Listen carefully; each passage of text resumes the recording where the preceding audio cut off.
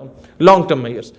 Tayyab Erdogan ने Islamic model introduce कैसे करवाया? मुस्तफ़ा कमाल अतातुर्क एक प्लांटेड आदमी था, उसने एक वेस्टर्नाइज्ड कल्चर इंट्रोड्यूस करा दिया तुर्की में। तुर्की में अजान अरबी में नहीं होती थी, तर्किश लैंग्वेज में होती थी। कौमियत परस्ती का शिकार हो गई वो कौम, इस्लामाइजेशन से दूर हो गई।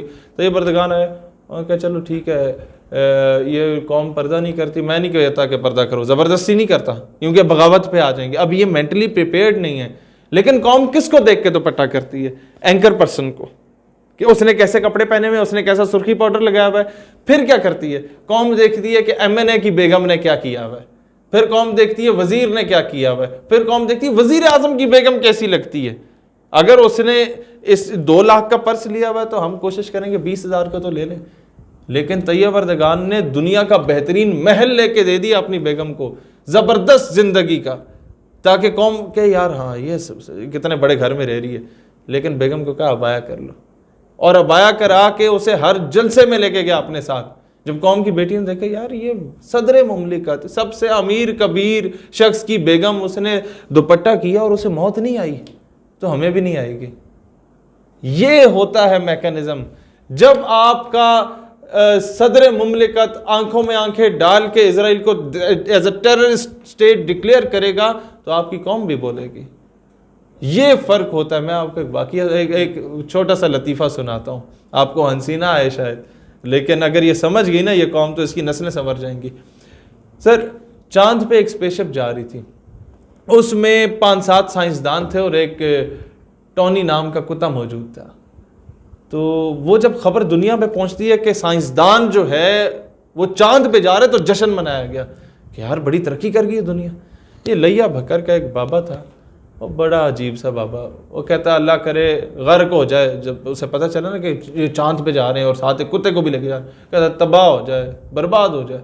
लोगों ने कहा बाबू जी की तकलीफ है तुहानू, वो स्पेसशिप तुहाडी है? कहता नहीं पुत्र, उस जड़ा फ्यूल है वो तुहाडा है? कहता नहीं पुत्र, उस जड़ा कुत्ता जा रहे हो तुहाडा? कहता नहीं पुत्र। बाबू जी वो तुहानू की तकलीफ है, क्यों बदवाइयाँ दे रहे हो? कहता पुत्र खुदा ना खास्ता उस स्पेसशिप चांद पे पहुंच गई, तो उस स्पेसशिप में अगर वो पहुंच जाती है तो चांद पे चांद की अपनी मखलूक पहले से मौजूद होती है। और 100 मरतबा खुदा ना खास्ता उस स्पेसशिप से अगर साइंसदान की जगह पहले कुत्ता बाहर आता है तो कहीं चांद की मखलूक ये ना समझे कि ज़मीन की मखलूक ऐसे होती है। अपने नुमाइंदे अच्छे चुनो, कहने का मतलब ये है क्योंकि वो कुत्ता चांद पे ज़मीन की नुमाइंदगी कर रहा था। जब वो जाके भीख मांगेंगे अक़वाम आलम के सामने, जब वो जाके कशकोल फैलाएंगे और कहेंगे कि अमेरिका साहब आप हमारे बाप हैं, कश्मीर हमें ले दो, तो दुनिया आपको बगैरत कहेगी।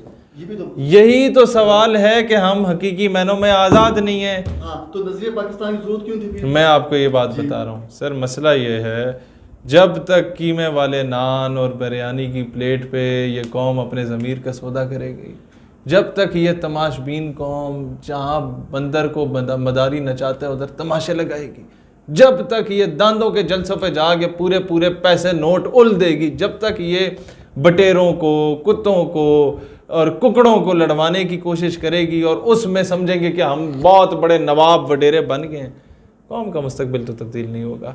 कैसे?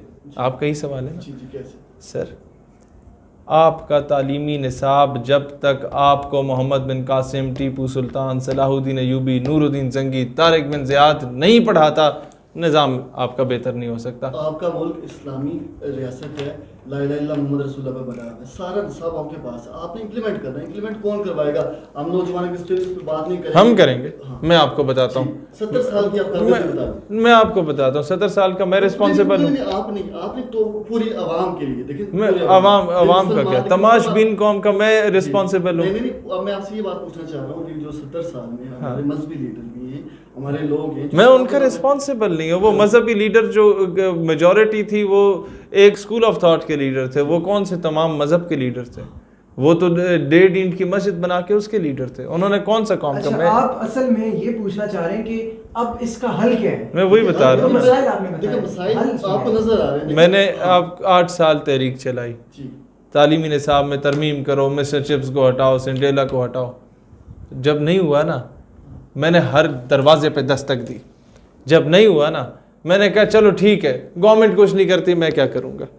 मैंने और हमारी एक बहन है पलवशा सईद साहिबा, शी इज़ फ्रॉम टमन चकवाल, हम दोनों ने मिल के नज़रियात के नाम पर एक किताब लिखी। उसमें हमने लिखा कि तारिक बिन ज़ियाद 10 गुना बड़ी फौज के सामने जब गया तो वापसी का रास्ता कश्तियों के जरिए, समंदर के जरिए था, तो उसने कश्तियों को आग लगा दी कि या गाजी हूँगा या शहीद हूँगा। और वो किताब आला हुकाम को भी भिजवाई और इस मुल्क के 60,000 तलबा को और तालिबात को मुफ्त में तकसीम की। This is what we can do while remaining in our own personal and humble capacity. उस किताब में मैंने लिखा कि 17 साल की उम्र में एक बहन के ख़त पे मोहम्मद बिन कासिम आके सिंध को फतह कर जाता है। तो ये हम कर सकते हैं। 70 साल में मोहम्मद कासिम को नहीं पता कर सकते। इस्लाम वो आज से 40 साल पहले पढ़ाया जाता ना कि मोहम्मद बिन कासिम आया 17 साल की उम्र में एक बहन के सर पे दुपट्टा देने, अगर पढ़ाया जाता हमारे बड़ों को, आज कश्मीर का यह हाल ना होता। आज से 40 साल पहले निसाब तालीम में ख़त्म नबूवत की इम्पोर्टेंस का बताया जाता तालीमी निसाब में, तो आज कोई बदबख्त उठ के हल्फनामे में तरमीम की जसारत ना करता। पहले किसी ने स्टेप नहीं लिया। एक बंदे ने जो असद साहब का जिक्र किया, उन्होंने स्टेप लिया, उनका हाल आपके सामने। उसके बाद डॉक्टर आफिया सिद्दीकी का असल तो जुर्म ही ये था कि वो फिजिक्स, केमिस्ट्री, मैथ्स, बायो को इस्लामियात से रिलेट करना चाहती थी। उसका जुर्म ये तो नहीं था बंदूक तान ली। बंदूक और कितने अफगानियों ने तानी है, उनको तो मार दिया। आफिया सिद्दीकी को उठा के निशाने इबरत के लिए आपने 17 साल से रखा हुआ है, यही बताने के लिए कि दोबारा अगर इनकी जो लय है, नगमा तो हिंदी है, लय तो हिजाजी है मेरी, वो हटा के दोबारा फरंगी कर दो। इसे फ़िक्र अरब को दे के फरंगी तख़य्युलात, इस्लाम को हिजाज़ो यमन से निकाल दो। अगवानियों की गैरत दी का ये है ये इलाज कि मुल्ला को इनके कोहो दमन से निकाल दो, और वो फाका कश के मौत से डरता नहीं ज़रा, रूह मोहम्मद इसके बदन से निकाल दो। वो कैसे है कि इसके तालीमी निसाब में आप लोग गलाजत को डाल दो, only then you could be able to counter them. इसको बता दो कि ये जो नमाज पढ़ाने वाला है ये तो तुम्हारा दुश्मन है, जनाजे तो तुम्हारे हैरी पॉटर ने पढ़ाने हैं, तुम पैदा हो गए तुम्हारी कान में अजान तो माइकल जैक्सन या जस्टिन बीबर आके देगा। जब ये चीज़ें आ जाएंगी ना, कौम तमाशबीन हो जाएगी। कौम समझेगी हम जितना ज़्यादा मज़ीद नंगा होके फिरें हम मॉडर्न होंगे।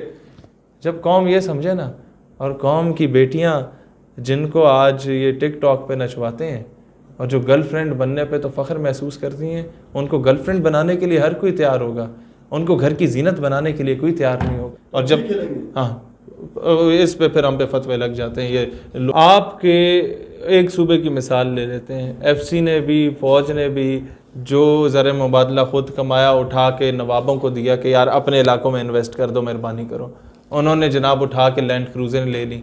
और जब वो बलूचिस्तान का बंदा पानी को तरसता है तो कहता है पंजाबी तुम्हारा सब कुछ खा जाता है।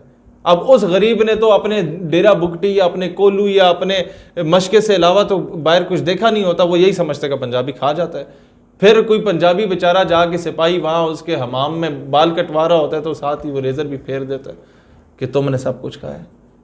मसला ये है कि ये पंजाबी, ये पठान, ये बलोची वाला सिलसिला हमारे अंदर बैठे उन मक्कारों ने या उन गद्दारों ने बेड़ा गर्क किया। नंबर 1, इस सिस्टम को बेहतर करने की ज़रूरत है। आपके पास दूसरा सिस्टम कैसे बेहतर होगा गुर्बत को ख़त्म करने का? ये जो आपके झुग्गियों वाले नहीं बैठे होते बेचारे, ये मासूम औरतें जो इतने कमज़ोर बच्चे हो जाते हैं और सख्त धूप में आके ये मांग रही होती हैं, इनकी शादी होती है तो इनका कॉन्ट्रैक्ट होता है उस मर्द के साथ कि मैं इधर बैठ के जुआ खेलूँगा झुग्गी में, मैं इधर बैठ के चरस और शराब पीऊँगा, तुम्हारे साथ ये मुआहदा कि 2000 रुपये ला के मुझे दो। अगर हम लोगों ने कोई निज़ाम बना लिया ना, हमारे इख्तियार में हुआ, तो हम उन सब लोगों को कहेंगे, झुग्गियों वालों को, अपनी औरतों को घर में बैठाओ, ये दलाली मत करो, हम तुम्हें मजदूरी देते हैं, मजदूरी करो। और अगर फिर भी उन्हें लत पड़ी हो कि अपनी बेगम की कमाई का खाना है, वो बेगम जिससे तुम लोग मज़ारे करा के वो नवाबों की ज़मीनों में भेजती और भट्टों में भेजते और वो उनके बिगड़ी हुई औलाद इन पे हाथ फेर रही होती है और इनकी इस्मतदरी कर रही होती है, अगर तुम यूं अपनी बेगमात को बेच रहे हो और ख़ुद तुम्हें मजदूरी देने के बावजूद तुम नहीं कर रहे हो, तो ऐसे लोगों को फांसी दें। माशरा आधा कौम तो काम करना ही नहीं चाहती ना, कौम आराम पसंद है, कौम काम चोर है, कौम चाहती है बना बनाया जनाब, बस इधर से भी राशन आ जाए, उधर से भी राशन आ जाए, बना बनाया मिल जाए, और फिर राशन इकट्ठा करके फिर चीनी का दे देगी, यार ये डोनेशन आई थी, ये चीनी ले लो, शैम्पू मैंने दे दो। इकबाल का सफर भी तो बयान फरमा गया। मैं आप आपको एक छोटी सी